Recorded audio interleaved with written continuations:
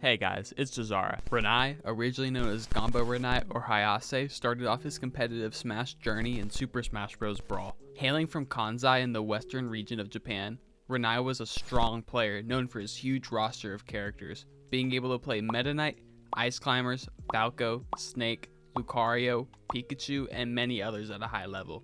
Ranai entered a decent amount of tournaments throughout Brawl's lifespan, but wasn't the most active competitor. Despite this, he still had wins over very strong players in Japan like QB and Earth, and consistently placed high at the events he was able to compete in. September 13th of 2014 saw the release of Smash 4 on the 3DS and the dawn of a new era for many Smashers, especially for Ranai. In the previous title, Ranai was never able to settle down on a main, but in Smash 4 was the complete opposite. He entered Sumabato Zero, which was a 150 entrant 3DS event. He was able to secure 4th place against some of the strongest competitors in the country using Villager? The newcomer seemed to click with him differently. In Japan, Villager was seen as a strong character in the early parts of Smash 4, especially before the DLC was released. On the release of Wii U, Ranai was looking even stronger than he had on the 3DS. He placed top 3 at 4 out of the 5 first events that he had gone to. He was using solo Villager against some of the early menaces of Smash 4, like Rosalina, Diddy Kong, and Sheik. All that practice led up to KSB.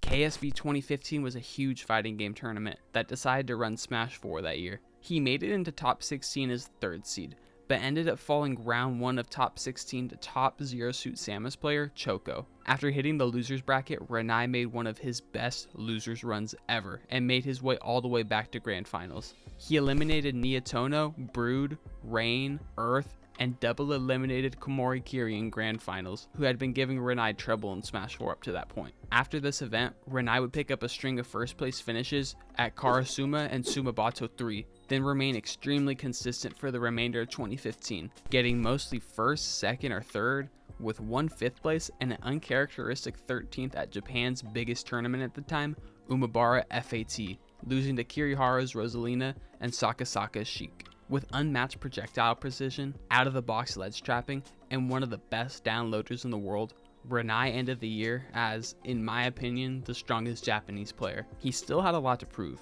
since he had yet to travel to the United States to prove himself like Abadango or Niatono had done. Back in the United States, Zero was running rampant. Up until the end of 2015, he was unstoppable in Smash 4.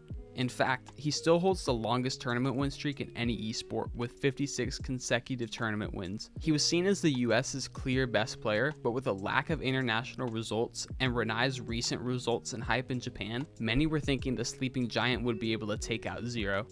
On January 15th, 2016, Ranai finally got a chance to prove himself. The Northern California-based event, Genesis, had been on hiatus since 2011, but after years of waiting, the 3rd installment finally took place, and the hype was unreal. On the Melee side, Mango and Armado were set to settle their Genesis beef, having been in grand finals at the first 2 and splitting the tournaments.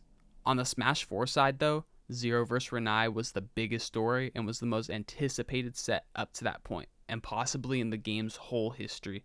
Day 1 of Genesis 3, they ran the regional crew battles, which included 6 crews from the US, a Mexico, and a Japan team. In the grand finals, to no one's surprise, was Team SoCal, which consisted of Slayers, Larry Lur, Void, Fallen, and Zero versus Team Japan, which consisted of Rain, QB, Abadango, Ranai, and Komori Kiri.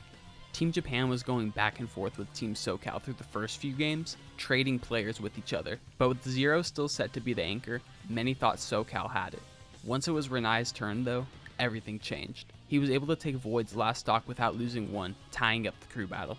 Ranai was then able to pull off an all-time performance when he 3-stocked Fallen's Rosalina in a 60-40 matchup, bringing Team Japan ahead in a heroic fashion.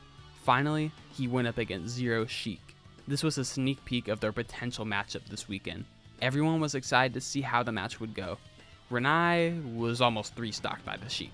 But like I said before, Ranai is a master at downloading the opponent. He brought it back from being 3 stocks to 1 bit by bit.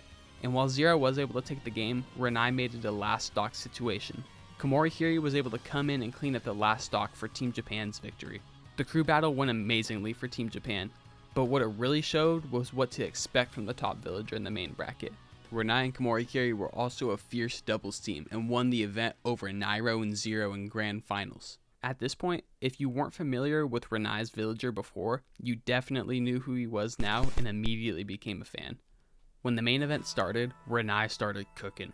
The third seed swept through pools with ease, eliminating top California TuneLink 3XA to make it out of round 1 pools, then beating SoCal ranked player Sweet Tea and one of the United States' top rising stars and eventual top 8 finishers, Mars, 2-0 and 2-1 respectively to make it into top 32.